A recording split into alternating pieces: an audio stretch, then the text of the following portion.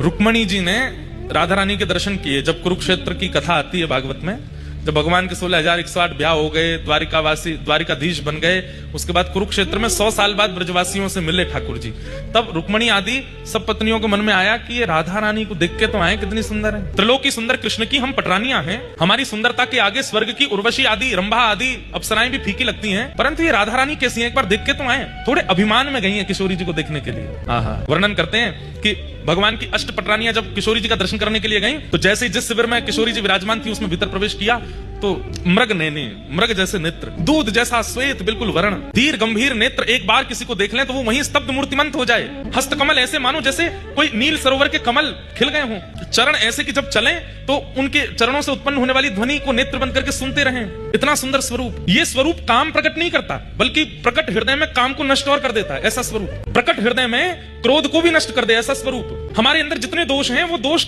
समाप्त से हो जाते हैं, ऐसा स्वरूप। देख करके 8 पटरानियां तो नतमस्तक हो गईं और मन में सोचने लगी हम काय बात की सुंदर हैं, सुंदरता तो इसे कहते हैं। प्रणाम किया, हे किशोरी जी, हे वृषभानु दुलारी, हे बरसाने वाली, हे श्यामाजू, हमारा प्रणाम स्वीकार करो। तुरंत रुक्मणी जी को उठाया, मैं राधा रानी नहीं हूं, मैं तो दासी हूं। राधा रानी भीतर है, मैं तो दासी हूं। किशोरी जी तो भीतर विराजमान है। 8 में से 4 तो वहीं से लौट गए। बोले जब दासी की सुंदरता हमसे सहन नहीं हो रही है, किशोरी जी को कहां देखेंगे। 4 ने प्रयास किया और भीतर गई, तो बाहर जिसे देखा उससे भी अतीत सुंदर। बाहर वाली की सुंदरता तो दोष नष्ट कर रही थी, अंदर जिसको देखा उससे दोष नष्ट तो हुए बल्कि गुण प्रकट होने लगे।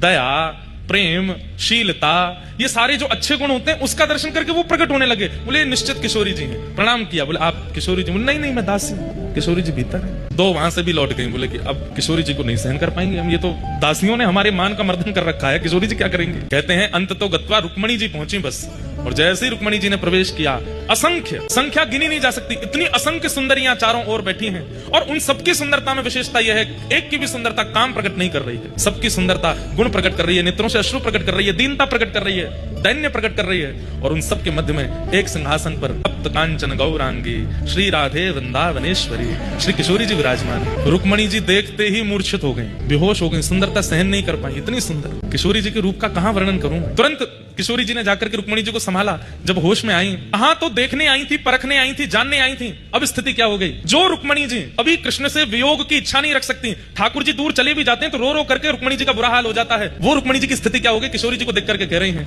हे श्यामाजू बस एक इच्छा पूरी कर दीजिए। बोले क्या? बहुत वर्षों तक द्वारिकाधीश की सेवा करी, अब आप अपनी सेवा में मुझे भी दासी बना लें और अपने साथ बरसाने ले चलो, हम द्वारिका को प्रणाम करके आपकी शरण में बरसाने चलें।